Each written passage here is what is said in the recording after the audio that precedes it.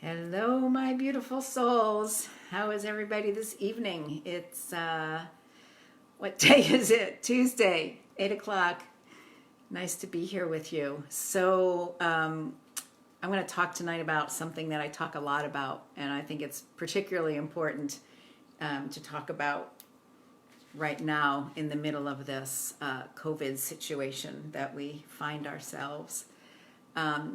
And it's this question of, are you reacting or are you responding, right? And what's the difference? How would you know, right? Because, it's like a fish in water. How does the fish know it's in water? It doesn't. Right? That's just what it's in. That's just what it's swimming around in. And so it doesn't really make the distinction. And what I have found in my work is that many people don't understand, don't recognize, don't see the difference between reactivity and responding, because the reactivity is just so habitual. It's just what they do. It's just what it is, and they can't get any distance to get any perspective on it or to imagine that there might be a different way. So we're going to go into that for a few minutes here tonight. Well, I usually talk for more than a few minutes. They didn't call me Chatty Cathy for nothing when I was growing up. So I came by that name, honestly. So no point in changing now. But anyway, I'm going to just take a moment and shift the energy. I just got in for a walk. I was so delighted to be able to get out and take one after the crazy weather blew through here this afternoon. But I had just enough time to get out and get some beautiful fresh air this evening. It was really very crisp and beautiful out. So here we're going to go. We're just going to shift up the energy a little bit and just notice as I chime the tingshaws, what you're aware of. You might even want to close your eyes for a moment so that you can bring your attention inward, close out the external stimulation. So much of our stimulation is through the visual sense, and when we close our eyes, it really allows us to turn inward. So here we go.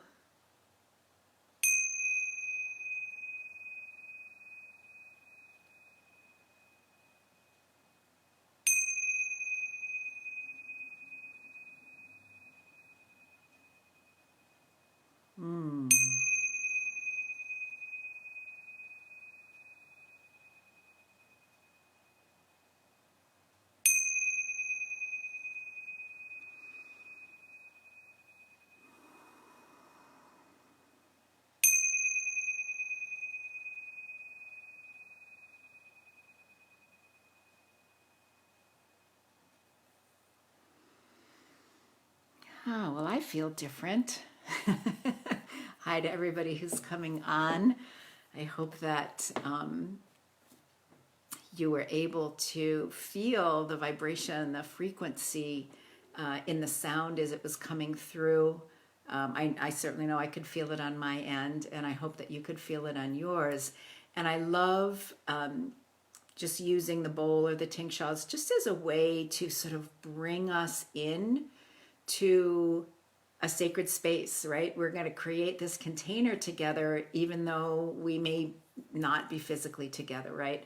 So we can be energetically, emotionally, spiritually connected in this sacred space. Hi, Marianne. And using the tingshaws or the bowl for me is a beautiful way to create that space, to kind of carve it out in time from whatever we were doing before. And, for centuries, many traditions use a bowl or a bell or a chime to call people to some ritual, to some celebration, to some sacred ceremony. And so I like to sort of create that whether I'm in person with someone or whether we are doing this virtually. So thank you all for being here, and thank you for those who may be catching this on the replay.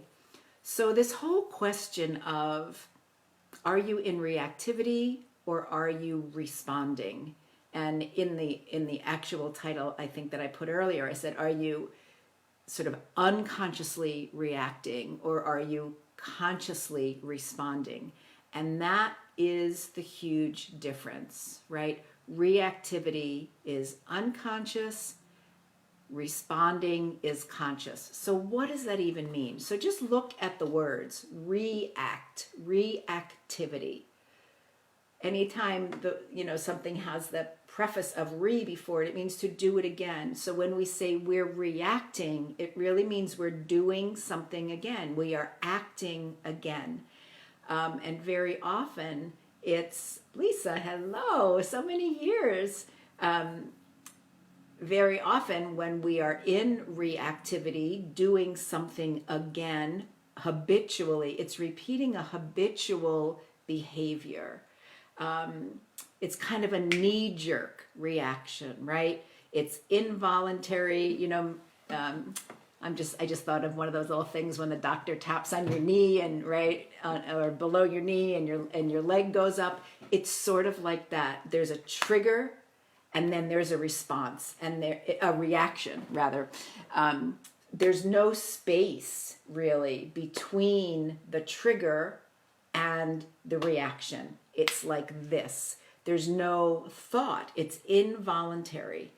When we are reactive with another person, if someone triggers us and we're reactive, our reactivity, and I'll get into this in more detail in a moment, but our reactivity comes from core wounds, it comes from old patterns, it comes from hurts that haven't been healed, it comes from defensiveness, fear, anxiety, and it generally provokes more reaction in the other person, right? Because it's tense and it's maybe a little bit aggressive or defensive. And so it creates this reactivity that just continues between the parties. On the other hand, when we respond, when we act responsibly, it means that when something happens, when something perhaps triggers or upsets us or causes us some discomfort or distress, we're able to sort of take a breath. There's a space between the trigger and the response. It's not instantaneous. It's not involuntary like that reactivity is.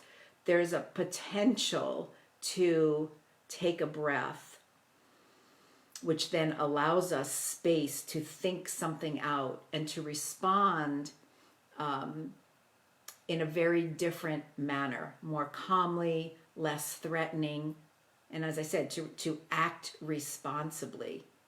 When we respond to someone or something that has triggered us, it more often brings about a discussion or conversation or a question. It allows for people to be in dialogue rather than in this kind of reactive, aggressive, provocative place. It's all about the energy, right? When we respond, there's a space in the energy, Haimara, that allows us time, and then we can answer or act in a way that's not emotionally charged. When we're reacting, it's very emotionally charged because it's coming, again, from a place of wounding, of hurt. Eckhart Tolle would say the pain body, some unhealed, core wound, some old pattern, some defensiveness, right? So there's a energetic charge around that that's very palpable. And when we respond, we're coming from a place that's higher on that emotional scale, right? Where there's less negatively charged energy and there's actually more potential for resolving a conflict. So, all that being said, here we are, 4 weeks in. I don't know how many weeks in. It feels like, there's sort of a time distortion going on, but long enough in where we're over the initial shock, right? We're looking at stages of grief, right? We're over the initial shock and the disbelief. And now we are beginning to feel the ongoing stress of this ongoing situation, right? Whether we're in a living situation that's challenging, whether we're in a financial situation that's challenging, whether we or a loved one is in a health situation that's been challenging, or just being in the not knowing, right? Not knowing how long this is going to last, not knowing if we can still get sick, not knowing if the stimulus check is going to come, right? Not knowing when we're going to be able to see loved ones. This is sort of on my mind because my grandson is turning 5 next week. And, of course, I would love to celebrate his 5th birthday with him, but that may be a virtual experience, right? So, but the level of stress makes us more reactive. Right. And this is just a matter of, again, of energy, of old patterns.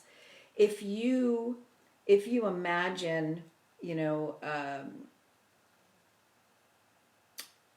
pot of water, right, that's being brought to boil, the more the heat is turned up, right, the hotter the water gets, and then it starts to churn, it starts to bubble, and then it starts to churn. And then it gets so hot and so pressured, if you have a lid on the top, that it starts to turn to steam. It literally changes its chemical composition. So now imagine all of us in this pressure cooker. And as we stay in it and as the heat gets turned up, we begin to feel the stress of that. Our state of arousal is heightened, right? The amygdala, the part of the brain that is on the lookout for potential danger, potential threat all of the time, right? This is a very primitive part of the brain whose job it is to protect us from any perceived danger. Back in the early days of human civilization, that danger might have been a saber-toothed tiger or someone from a marauding tribe, or and in that case, the amygdala, that guard in the watchtower, would send a message to another part of the brain, and it would activate the fight or flight response, because in that moment, your life would have been really threatened, right? If there's a saber-toothed tiger coming at you, or perhaps, someone from another tribe threatening you in some way. And so that signal and response was responsible for your absolute survival. And in that moment, the blood would flow away from the part of your brain, your prefrontal cortex, where you make good decisions, because it needs to go to your muscles and to your heart and to your lungs so that you can run or climb a tree or fight, right? Literally for your life. So that fight, or that amygdala, that sequence of triggering that fight or flight response is a very, very primitive part of the brain. But it's not meant to be activated all the time.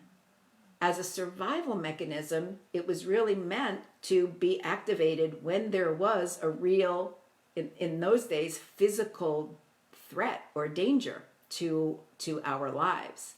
And, it's what allowed humanity to get to this point.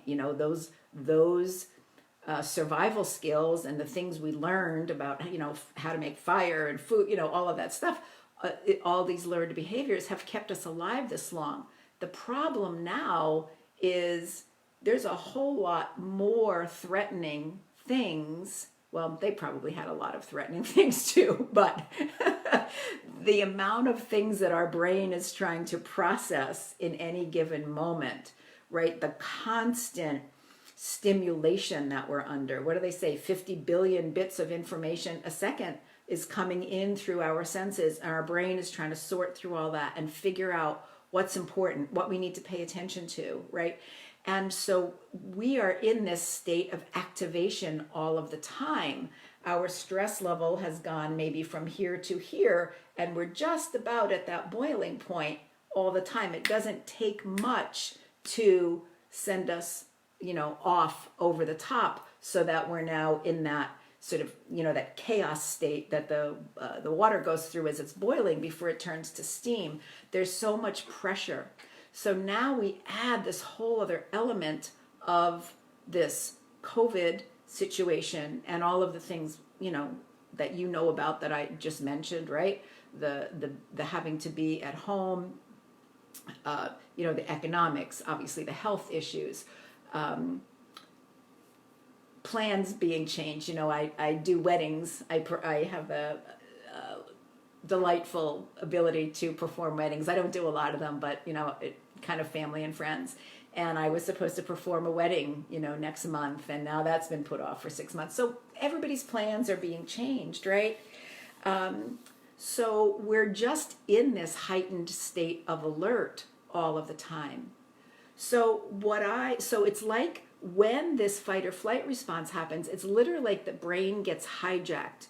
It's like you get triggered, you're already in a heightened state of arousal, and you're in reactivity before you even know. So you're getting irritable, or you're saying something snappy, or, whatever your response might be, because in that moment, your brain just gets hijacked, and there's no space, there's no time, there's no breath in there for a lot of us right now to just breathe into the situation and decide, make a conscious decision whether we want to respond, and B, if we do, what that response is going to look like. The other piece that I want to say about this that is really, really, really critically important, I believe, and because I'm both still a working therapist and a life coach, I talk to a lot of people, and my area of expertise is trauma and loss. And so what I am noticing, especially in the last 2 weeks, the first 2 weeks, there was sort of a different, it was the shock of it all, right? And now we're in a slightly different stage where, as this all settles in, people are noticing that things from their past are coming up. Or as we're talking and they're talking about their reaction to the COVID, through a little bit of curiosity and detective work, we are finding the thread that takes us back to some earlier unresolved trauma in their life, or some family dysfunction that has very similar energy to the aspect of this COVID thing that they're having the hardest time with, right? Whether it's fear of going out to the store, or challenge in their relationship being home with their significant other, or lack, fear, terror around the money and what's going to happen and there's not enough, or terror around what if I get diagnosed with, what if I catch this virus, right? Everybody's got their own particular, what do I want to say, area of vulnerability, or the place where they are most likely to get triggered in this,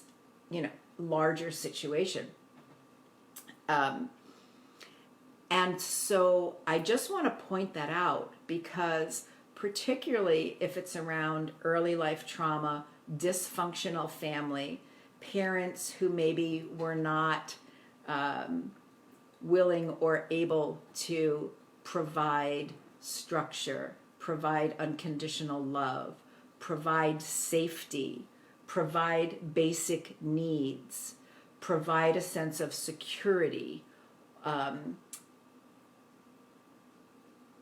And the child, as a child, if you had to adapt to those situations, right, and figure out a way to survive, maybe by becoming super responsible or taking care of your parent or making sure that you did really well in school because that was one way that you got some approval or feeling of love. Or, there's so many different ways that we adapt. I don't have to go into all of them, but there are these patterns that are definitely going to get triggered during this particularly stressful time. So I just wanted to mention that so that you're aware of it. So if you notice yourself getting triggered in certain areas, see if you can just sit with that and ask yourself a few questions. Does this feel familiar? When else have I felt like this? Perhaps when was the first time I've felt like this? And see if you can do a little bit of detective work around what might be coming up for you during this period of time. Because the flip side of that is, and this is my opinion, right? So take it or leave it. But based on, 25 or so years of consciously studying, growing, doing the healing work, getting trained in lots of different healing stuff, going through seminary, whatever, all the work, the activations, the uploads, the downloads, the past life regressions, right? You name it, I've done it. But what was consistent for me, especially in the early years, 20, 25 years ago, was that everything I was reading, everybody I was paying attention to was saying, we're going to go through a period of time when all of the structures that we have known are going to basically fall apart so that a new world could be born, right? Call it the ascension process, call it moving from 3D to 5D, right? Call it the Great Awakening, call it whatever you want. But everybody was talking about the fact that there was something coming. We thought it was sooner, but it took a little longer than we all thought. And I used to think, how the heck is that going to happen? How are all of these, structures, systems, right? Economic, educational, religious, health, how are all these structures going to all sort of fall apart at the same time? And then how is something new and different going to happen, going to come up? And I believe that we are there. I believe that this is the time. I believe that all the work that the light workers, the way showers, the heavy lifters have been doing for 20, 30 years, people who have been waking up in all of that time, becoming Reiki masters, learning different energy healing techniques, becoming more connected with their spiritual nature, understanding them to be spiritual beings having this human journey. There are so many of us now, and I believe that we have reached a tipping point. So it's kind of a whole nother topic. So I probably, got off topic a little bit. But what I want to really say is, here's the opportunity that when you find yourself being triggered, when you find yourself getting hijacked, when you find yourself in a place of reactivity, even if it's after the fact, even if you've maybe just said something you didn't want to say, or you've,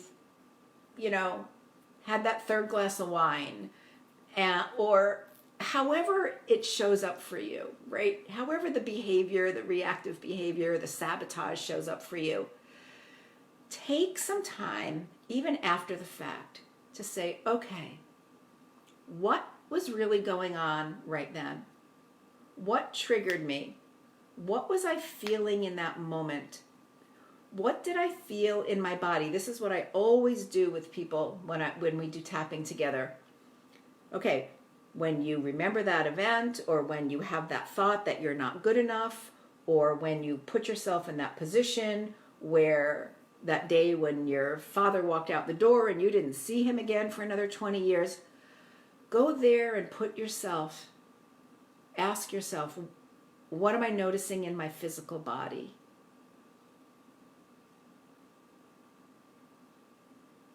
Because your body will always be holding some energy. And then check in, what thoughts am I having about that? What is my brain telling me right now? And then what emotions are coming up? What am I aware of emotionally? Always checking in, right, on that triangle, the physical, the mental, and the emotional. And that will start to give you some clues as to what the underlying, the core wound, the family dysfunction, the unresolved trauma, right? It's like the universe now more than ever is holding up a mirror to say, beloved one, this is where the pain still is, right here. Dear heart, this is where your hurt is. This is the place that's ready to be healed. Because we're at this pivotal moment, and we have this opportunity to come out the other side of this, whenever that is, with new awareness. We have the opportunity to come out of this and respond rather than react. But it requires a willingness, an awareness to what is still waiting to be healed. What is coming up? We have all this light energy, this photon energy, because we're in the belt. All this light energy pouring onto the planet, right? Forcing everything that's been in the dark to the surface, both within us and in our world. All those systems, all the greed, all the injustice, all the power over, all of that heavy, dense energy that's no longer working, right? It's literally being forced to break down before we can break through. Whatever's happening internally is happening in the collective. I heard today that the Schumann Residence, it measures the pressure coming against the earth, is for 100 and some odd years, it measured 7.8 hertz or megahertz, whatever it is. And in the last few days, it's been vacillating between 110 and 130. The pressure, literally, the force that's being brought onto this planet right now is literally, it's like squeezing us through the eye of a needle. One of my former spiritual teachers, the wonderful Jim Self, and would talk about having to go through the eye of the needle, right? We are in this portal. We are in this passage that's getting skinnier and skinnier and skinnier for us to pass through so that we can come out the other side changed. And he would say, can't carry those old suitcases. They won't fit. They won't go through the eye of the needle, right? You have to leave your 3D baggage behind you. You have to leave it there. There is no place where we're moving into the fifth dimension to take the old stories, the old behaviors, the old patterns, the old self-sabotage, the old I'm not good enough. It's too dense. It can't come with us into the new world. That's the potential for us to move into. All right, I just went deep there. I just went someplace I wasn't sure I was going to go, but there it is. I love what Jim used to say. He said, when we go through this process, it's like we're in the spin cycle of the washing machine. And everything that is not our essential self is getting spun off. And that's what's happening. Everything that is not our essential selves is being spun off. The stories, the patterns, the matrix we've been living in, the lies we've been told, whether those lies came from our family of origin or from people in positions of power, it's all spinning off. And now, even in this chaos, we have an opportunity, right? That's the symbol for, isn't that the Chinese symbol for chaos, right? It's crisis plus opportunity. So what's it going to be? Are you going to stay in reactivity and play the victim and keep doing things the old way? And when this is all over, we just go right back to doing things the way we used to do them? Or do we take this time and say, wow, this is pretty crazy, but it may also be a gift? How do I stay in the present moment? How do I breathe? How do I respond? How do I increase my awareness about the patterns that are not working for me anymore? Do I take time for myself to pray, to meditate, to get out in nature, to do some yoga, right? To listen to inspirational music or podcasts or tingshaws, right? How am I using this time to raise my vibration? Because every single act of healing, every single time we raise our own vibration, we're raising the vibration of the collective. There's no difference, inner and outer. It's always interacting. When we do our inner work, we're doing our global work.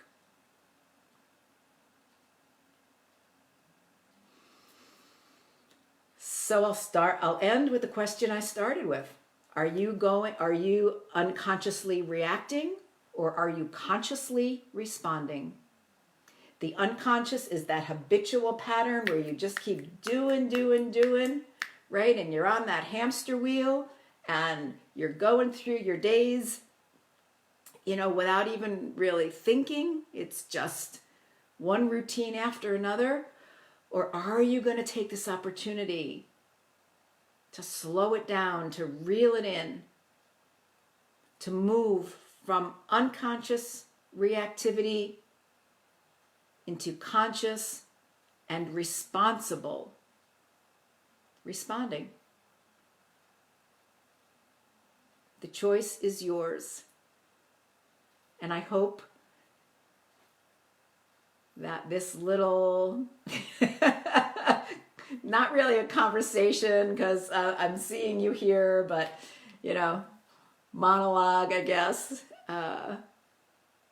will land for you in a way that will have you sort of sit back and ask yourself some questions. What's wanting to be healed? What's coming up for me right now? How can I be more in the present moment and not projecting fear out into the future? It's about the breath. It's about awareness. And it's about choice. I think that feels complete for me. So thank you for being here. Thank you for sharing your time with me. Just in closing, we will close out. Just marking our beautiful time together.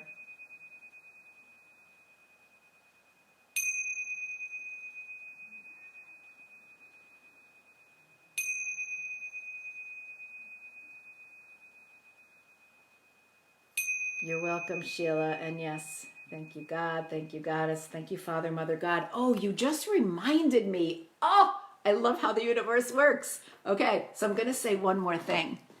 And it goes back to how we were brought up and how we can be in a heightened state of emotional sort of dysregulation, or not feeling safe in the world. And that often happens, hi Courtney, happy birthday, that often happens if we grow up in a family system where the parents, I talked about this before, are not providing the structure, right? Are not creating a sense of safety, of predictability, of security within the family household. And that leaves the children sort of trying to figure it out themselves, adapting as best they can. We right now, and I'm just going to put this out there, have a parent who is unable to take appropriate charge, take appropriate responsibility, create a sense of safety and structure and security. Instead, there's blaming, there's shaming, there's finger pointing, right? There's diverting. All behaviors that in a home are not healthy for children. So if you think about the parenting that we are all receiving from the parent who should be in charge at this point, there is no sense of safety or structure or security or predictability. It's leaving us all feeling untethered, right? There's no leadership. And that's another reason our early childhood wounds are more likely to be triggered, because there's a familiar energy in this sense of unsafety, in this sense of, all right, I'll just say it, narcissism, where things get turned around. Yeah. So you all know what I mean. So on that note, I am going to wrap this up. But Sheila, thank you, because, you know, I had this little niggling feeling in my head that there was something else I wanted to say, and it wasn't coming. So your message prompted me, and I appreciate that. And, you know, just we'll put that out as an example of how the universe works in its perfection. So again, good night, everybody. Thank you for being here. I did go deep, Jen, you're right. And hopefully it will inspire some folks. And you're welcome, Sheila. Have a beautiful evening, everybody. And awesome. All right. Good night. Namaste.